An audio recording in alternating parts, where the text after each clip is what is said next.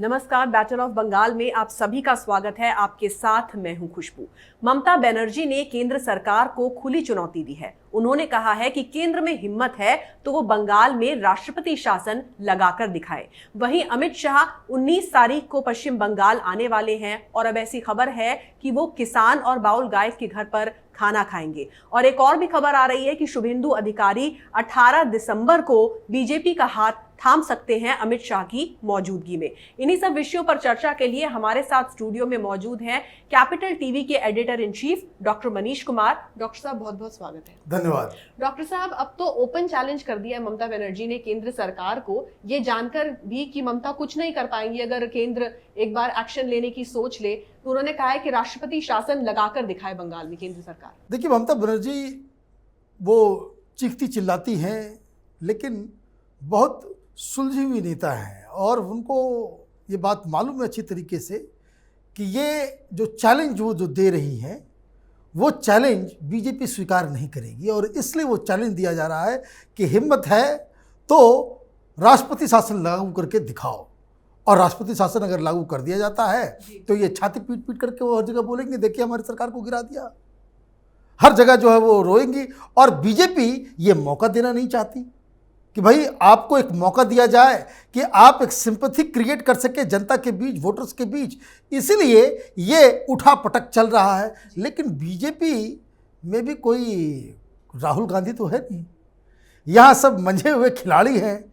तो इन लोगों ने कल क्या किया था, तो कल ये लोग चले गए थे इलेक्शन कमीशन के पास, और इलेक्शन कमीशन के पास जाकर के इन्होंने इलेक्शन कमीशन को उनके ही अधिकार क्षेत्र का आर्टिकल नंबर 15 याद दिलाया कि किसी भी राज्य में अगर चुनाव होना है तो चुनाव कब किया जा सकता है। यह चुनाव जो तारीख होती है कि भाई जैसे 21 मई बताया जा रहा है कि यह तारीख है कि इस दिन नई सरकार आ जानी चाहिए, उसके पहले 5 साल इसका पूरा हो जाएगा। तो उसके 21 तारीख अगर एंड पॉइंट है कि इसके बाद नई सरकार आ जानी चाहिए, उसके पहले ये सारा काम खत्म हो जाना चाहिए, तो इलेक्शन कमीशन के पास ये अधिकार है कि 6 महीने पहले से वो मॉडल कोड ऑफ कंडक्ट और इलेक्शन की घोषणा वो कर सकती है। मतलब ये 6 महीने का पूरा टाइम है जब इलेक्शन कमीशन एक्शन में आ सकती है। और अब जब बीजेपी के लोग ईसी जा रहे हैं, इलेक्शन कमीशन से ये गुहार लगा रहे हैं कि इस सरकार के रहते हुए इनके अंदर जिस तरह से प्रशासन और पुलिस, और ये खबर भी आ रही है, शायद वो वीडियो इलेक्शन कमीशन को दिया गया है कि बहुत सारे अधिकारी ममता बनर्जी के सामने एक फॉर्मल मीटिंग में वहाँ के अधिकारी ये प्रण ले रहे हैं, ये कस्में खा रहे हैं कि ममता दीदी आपको हम चुनाव हारने नहीं देंगे। तो इस तरह का वीडियो भी एक इलेक्शन कमीशन को दिया गया है। मतलब आपने पुलिस और अधिकारी, ब्यूरोक्रेसी, सबको आपने करप्ट कर दिया है, सबको पॉलिटिकल वर्कर आपने बना दिया। गुपचुप तरीके से कोई मदद करता है तो बात समझ में आती है, लेकिन आप चीफ मिनिस्टर के सामने आप ये जाकर के कहेंगे कि हम अपना प्राण न्योछावर कर देंगे लेकिन टीएमसी को जितवा करके छोड़ेंगे, तो इन लोगों के खिलाफ भी कार्रवाई होगी, सस्पेंड होंगे, होना ही चाहिए। और सस्पेंड नहीं होते हैं तो फिर ये लगेगा कि भाई फिर सबके लिए, फिर बंगाली क्यों, पूरे देश में उसको सबको छूट दे देनी चाहिए। तो अब बीजेपी जो करना चाह रही है वो राष्ट्रपति शासन नहीं लागू करेगी, लेकिन इलेक्शन कमीशन से ये कह रही है कि आप 6 महीना पहले ही, अभी चूंकि 6 महीना बाकी है तो अभी से ही आप इसमें मॉडल कोड ऑफ कंडक्ट आप लागू कर दें, ताकि जो वहाँ की सरकार है उसकी शक्ति खत्म हो जाए और सारा प्रशासन और एडमिनिस्ट्रेशन जो है वो इलेक्शन कमीशन अपने हाथ में ले ले, और इसमें जो सुरक्षा की जो व्यवस्था चुनाव के दौरान हो उसमें सेंट्रल फोर्स हो। और मैं आपको बता दूं, अगर इलेक्शन कमीशन बिहार जैसे, जो बिहार किसी जमाने में बड़ा नोटोरियस होता था इलेक्शन वायलेंस को लेकर के, वहाँ पे इलेक्शन का के नाम पे सिर्फ जो है वो बोगस वोटिंग, बूथ कैप्चरिंग, ये सब हुआ करता था।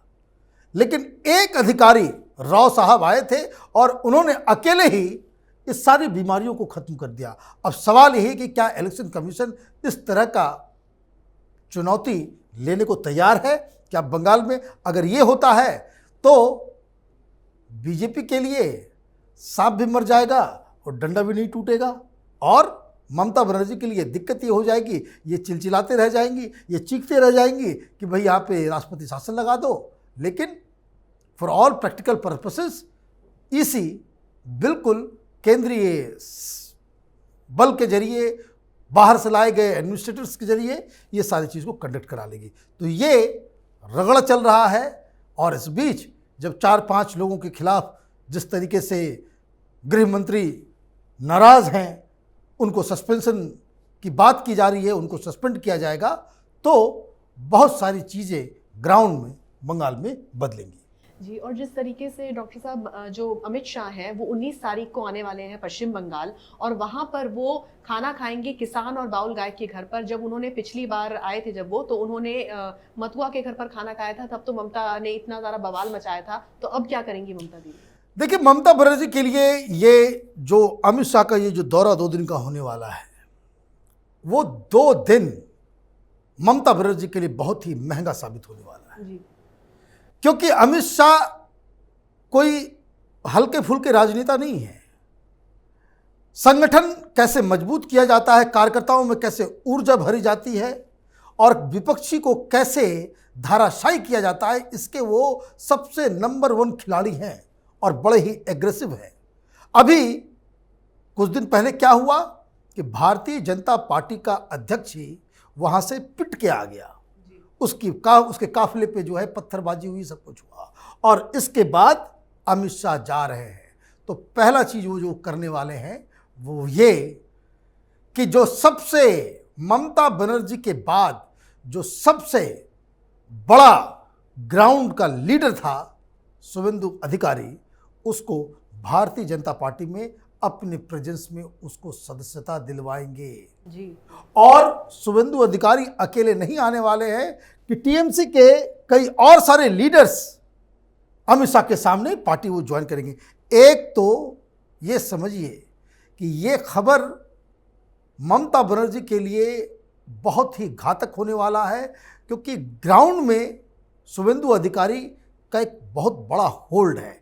एक दूसरी बात, जो संदेश देने की जो कोशिश की जा रही है, जो पिछली बार मथुआ कम्युनिटी में वो जाकर के उन्होंने खाना खाया, उसको लेकर के ममता बनर्जी जो है वो बिल्कुल ही देखिए किस तरह के बयान आने लग गए, क्योंकि वो एनआरसी और सीए लागू हो जाएगा। और ये लोग गए वहाँ पे, बीजेपी ने साफ साफ कह दिया ये मथुआ कम्युनिटी कौन है, ये बांग्लादेश से आए हुए हिंदू हैं, दरअसल बेसिक वो, और दलित भी हैं।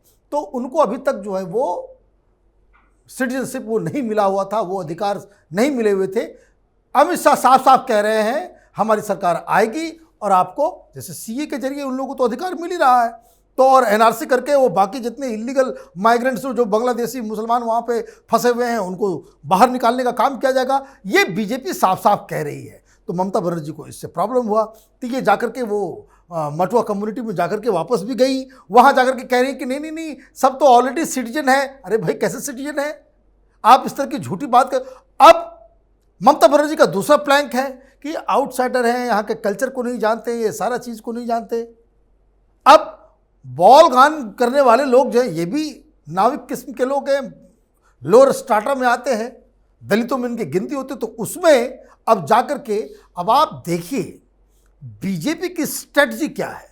बीजेपी बंगाल के अंदर गरीबों, मार्जिनलाइज्ड, जो दलित है, जो गरीब है, उसके समर्थन को जुटाने में जुड़ी हुई है। अब ये एक ऐसा, इसको कह सकते दांव है, जिससे जो कांग्रेस पार्टी है और वामपंथी पार्टी जो अब तक इन कम्युनिटीज़ का जो वोट लेकर के आ रही थी, उनसे तो ये परमानेंटली ये उनको बढ़ने नहीं दिया जाएगा। तो आप ये समझिए कि बीजेपी की जो स्ट्रेटजी है वो 2 धारी तलवार है। एक तो ममता बनर्जी को साइकोलॉजिकली डाउन तो कर ही रहे हैं ये लोग, साथ ही साथ वो इसका भी हिसाब किताब लगा रहे हैं कि जो पीछे से जो फिसड्डी जो थर्ड फोर्थ नंबर की जो पार्टी है वो वाम मोर्चा या फिर कांग्रेस पार्टी, इन लोगों को भी आगे कोई मौका नहीं दे रही है कि ये नीचे के लेवल पे जाकर के लोगों को मोबिलाइज कर सके, अपने साथ जोड़ सके। तो अमित शाह धीरे धीरे करके, और मुझे एक बात और मैं आपको बताऊं कि मुझे बताया गया है कि अमित शाह इन दिनों लगातार बांग्ला बोलने का प्रैक्टिस कर रहे हैं। वो बाकायदा उनको एक टीचर है जो उनको बांग्ला सिखा भी रहा है। और ये आश्चर्य नहीं होगा लोगों को कि जब चुनाव कैंपेन जब शुरू हो तो अमित शाह बांग्ला में भाषण दे, तो ये भी एक नया चीज़ होने वाला है। तो ये सारी तैयारी है। ये कहते हैं कि आप किस स्पिरिट से चुनाव में जाते हैं, किस तैयारी के साथ जाते हैं, और क्या क्या नुएंसेस को आप पकड़ के अपने विरोधी को, अपने विपक्षियों को धाराशायी करते हैं। तो ये 2 दिन का जो दौरा है पश्चिम बंगाल का अमित शाह जी का, वो बहुत ही इम्पॉर्टेंट होने वाला है, पॉलिटिकली भी और साइकोलॉजिकली भी। जी, और मनीष जी, जिस तरीके से आपने बंगाली और बाहरी की बात की थी, उसका जिक्र किया था अभी यहाँ पर, तो इसको लेकर तो शुभेंदु अधिकारी ने ममता बनर्जी की धज्जियां उड़ा दी हैं। उन्होंने कहा है कि बंगाल जो है वो भारत का हिस्सा है, किसी को ऐसे बाहरी नहीं कहा जा सकता है। और उन्होंने ये भी उदाहरण देके स्पष्ट किया है कि जिस तरीके से मिदनापुर से दिग्गज सांसद थे सतीश चंद्र और जवाहरलाल नेहरू, उन दोनों की बात की है उन्होंने कि वो देश के पहले प्रधानमंत्री थे, तो दोनों एक दूसरे का सम्मान करते थे। उन्होंने जवाहरलाल नेहरू को कभी ये नहीं कहा कि आप बंगाली नहीं है, और नेहरू ने कभी उन्हें ये नहीं कहा कि आप गैर हिंदी भाषी हैं। देखिए, ये बाहरी और इनसाइडर आउटसाइडर का जो डिबेट है, वो डिबेट ये जहां भी जाता है, ये प्रशांत किशोर, ये मोदी और अमित शाह को रोकने के लिए ये हर जगह, जैसे यूपी का चुनाव हो रहा था तो यूपी के 2 लड़के और गुजरात के 2 जो है आउटसाइडर आ गए। यही जो पूरा बेड़ा गर्क हुआ कांग्रेस पार्टी और समाजवादी पार्टी का असेंबली इलेक्शन में, वो क्यों हुआ? आपने यही हर जगह, उसके पास कोई नया फार्मूला नहीं है। ये बाहरी दिल्ली में भी जब अमित शाह प्रचार कर रहे थे तो ये बाहरी लोग, केजरीवाल कह रहा था बाहरी, ये खुद हरियाणा से आया हुआ है, लेकिन ये अमित शाह और मोदी को बाहरी कर रहे थे।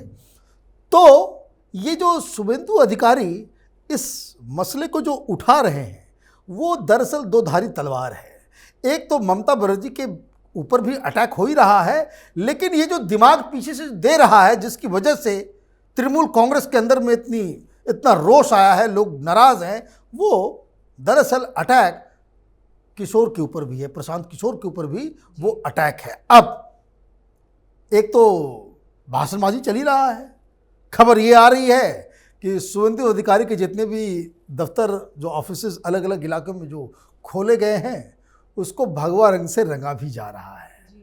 तो ये अपने आप में बता रहा है कि पूरी तैयारी हो गई है, बातचीत हो गई है, और अमित शाह के सामने जब वो भारतीय जनता पार्टी में वो शामिल होंगे तो आप समझिए कि ममता बनर्जी, चूँकि अभी वो ईगो में फंसी हुई है, अभी उनके सामने नशा, जिसको कहते हैं ना सत्ता का नशा है, पावर पैसा का नशा है, तो वो देख नहीं पा रही हैं कि पिछले 10 सालों में उन्होंने क्या कर दिया। आपका सबसे बड़ा जो चुनौती देने वाली जो पार्टी है भारतीय जनता पार्टी, 10 साल पहले उसकी कोई वजूद नहीं थी बंगाल के अंदर में, और आज वो आपको चुनौती, आपको हराने के लिए सामने आपको ललकार रही है वो पार्टी। तो उस पार्टी में ललकारने वाले लोग कौन हैं? ये वही लोग हैं जो आपके लेफ्टिनेंट हुआ करते थे, ये वही मुकुल रॉय हैं जो आपके सबसे बड़े चाणक्य हुआ करते थे, वो वही अर्जुन सिंह है जो आपके सबसे बड़े कमांडर इन चीफ हुआ करते थे, ये वही शुभेंदु अधिकारी है जो आपका बैटन लेकर के, ये नंदीग्राम हो या सिंगरूर हो, ये जो आंदोलन हुआ था उसमें सबसे अहम भूमिका निभाई थी। तो कहने का मतलब ये है कि राजनीति तो ऐसे ही चलता है। आप अपनी गलतियों की वजह से आपके अपने दुश्मन के खेमे में जब चले जाए तो उस पार्टी को बचा को नहीं सकता। जी, और एक तरफ मनीष जी, जो ममता बनर्जी अपने बयानों से बाज नहीं आ रही है, एक तरफ तो वो बंगाल में मुस्लिमों पर कब्जा करना चाहती है और दूसरी ओर वो बीजेपी पर ये इल्जाम लगा रही है कि वो हैदराबाद से पार्टी बुलवाकर पैसे देकर अल्पसंख्यकों के जो वोट है उसे बंटवाना चाहती है। ममता बनर्जी मुस्लिम वोट पाने के लिए कुछ भी कर सकती है। अब समस्या ये है कि ओवैसी को ये कह रही है कि भाई बीजेपी ने पैसे दिए हैं इसलिए वो यहाँ पे चुनाव लड़ रहा है। तो ओवैसी का भी बयान आया है कि ऐसा कोई माइकल लाल पैदा नहीं हुआ है हिंदुस्तान के अंदर में जो हमको खरीद ले। जो लोग बिकते होंगे वो अपना कीमत बताएं। अब सवाल तो अगर इस तरह के लैंग्वेज में अगर आप जाएंगे, इस स्तर पर राजनीति करेंगे, तो ममता बनर्जी से तो ये लोग पूछा जाना चाहिए कि जब बीजेपी के साथ आपका गठबंधन था, जब यहां मंत्री बनकर के तृणमूल कांग्रेस सत्ता के मलाई को चाट रही थी दिल्ली में बैठ के बीजेपी के साथ, तब आपने कितने पैसे लिए थे? ये सवाल पूछा जाएगा ना कि भाई ऐसा तो नहीं होगा कि सवाल पूछने का हक सिर्फ ममता बनर्जी को है, बाकी देश की दूसरी पॉलिटिकल पार्टी और आम लोगों को नहीं है। आप किसी को भी कह दोगे कि वो बिक गया। अच्छा, वो बिक गया तो ये बताइए कि ये जो फुरफुरा शरीफ का पीर ज़्यादा है वो कितने में बिका? हिम्मत है बोलने की आपको?